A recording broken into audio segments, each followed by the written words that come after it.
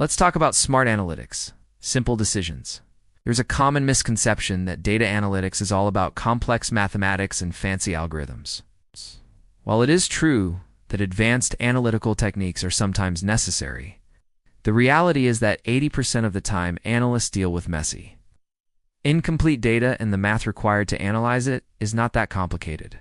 So how do you make sense of this data? That's where critical thinking comes in. If you develop a good logical framework for analyzing data, you can make better business decisions. So here are 5 steps that I recommend that you follow when making data-driven decisions. Step No. 1. Ask the right questions. If you don't know what to look for, you won't find it. And most people looking at data for the first time don't know what questions to ask, so my advice is start with the business. What are the key business questions that need to be answered? For example, is the new marketing campaign effective? Is there a correlation between weather and ice cream sales? Or should we expand into new product lines? Once you have the business question, then you can convert it into a data question. For example, what is the conversion rate of visitors to customers? What is the customer acquisition cost for each channel? Or what is the lifetime value of a customer? Step No. To collect relevant data.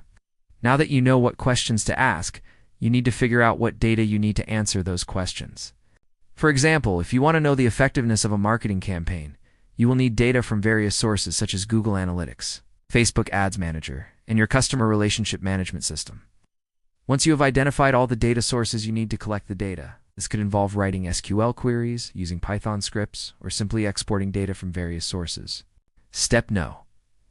3. Explore and visualize the data.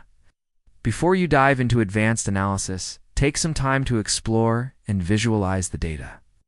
This will help you to identify patterns, trends, and outliers that may not be apparent at first glance.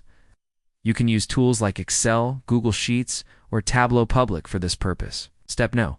4. Analyze the data. Now that you have a good understanding of the data, it's time to analyze it.